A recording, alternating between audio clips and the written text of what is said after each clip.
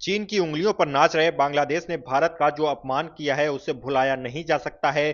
भारत के राष्ट्रपति भवन की ओर से बांग्लादेश के प्रधानमंत्री तारिक रहमान के स्वागत के लिए प्रेस रिलीज जारी होती है। कुछ ही समय बाद कुछ ऐसा होता है कि राष्ट्रपति भवन को अपनी यह सूचना वापस लेनी पड़ जाती है, जिसकी वजह बनी कि बांग्लादेश के प्रधानमंत्री तारिक रहमान ने भारत आने से इनकार कर दिया।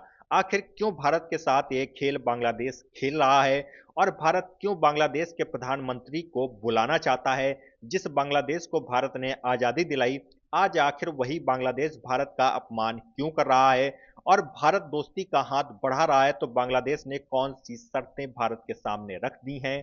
क्या भारत मान लेगा बांग्लादेश की ये सभी शर्तें या फिर बांग्लादेश को ही घुटनों पर आना होगा? इन सवालों के जवाब को डिकोड करेंगे, लेकिन दोस्तों पहले आपको बताते हैं कि आखिर कैसे बांग्लादेश ने भारत का अपमान किया है।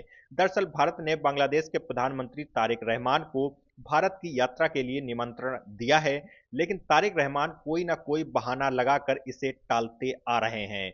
इस बीच राष्ट्रपति भवन की ओर से एक प्रेस रिलीज जारी की जाती है कि बांग्लादेश के प्रधानमंत्री के स्वागत के लिए गार्ड सेरेमनी आयोजित की जाएगी। अब ऐसा लगा कि शायद अब तारिक रहमान भारत के दौरे पर आने वाले हैं और रास्ता साफ हो चुका है, मतभेदों को खत्म कर लिया गया है।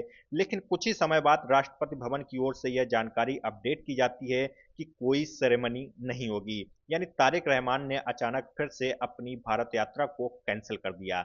यानी दोस्तों भारत ने बांग्लादेश के प्रधानमंत्री के स्वागत की तैयारियां कर डाली और तारिक रहमान फिर से अपना रंग दिखाते हैं और दौरा रद्द कर देते हैं। आखिर अचानक ऐसा क्या हो गया और क्या है बांग्लादेश की वो शर्तें जिसे हर हाल में भारत से पूरी करवाना चाहता है?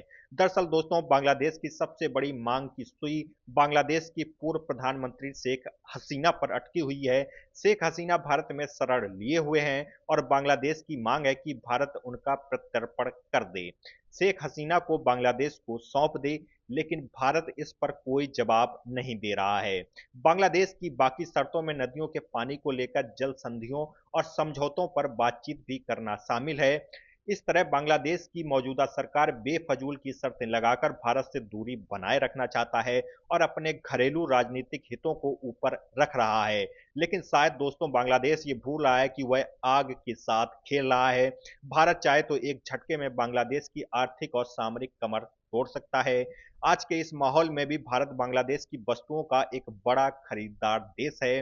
दूसरी ओर बांग्लादेश की सभी नदियां भारत से होकर गुजरती हैं और इन पर पूरी तरह भारत का कंट्रोल है। लेकिन फिर भी जहरीली मानसिकता वाले बांग्लादेशी पीएम तारिक रहमान का अब ये डर्टी पॉलिटिकल गेम लंबा चलने वाला नहीं है। भारत उस पैनिक बटन को दबाना नहीं चाहता है जिससे बांग्लादेश पूरी तरह तबाह हो जाए।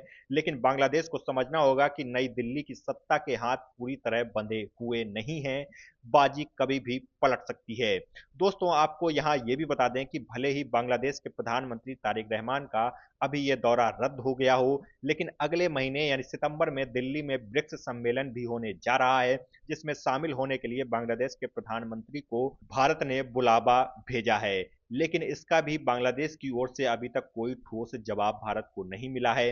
अब ये देखना होगा कि अगले महीने तारिक रहमान भारत आते हैं या फिर से कोई नया बहाना ढूंढ लेते हैं और भारत का दौरा कैंसिल कर देंगे।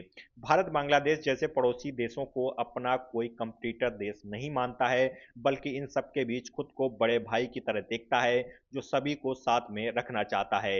लेकिन जब बात हद से आगे बढ़ेगी तो भारत को इसका इलाज भी करना होगा और बांग्लादेश को उसकी औकात दिखानी होगी।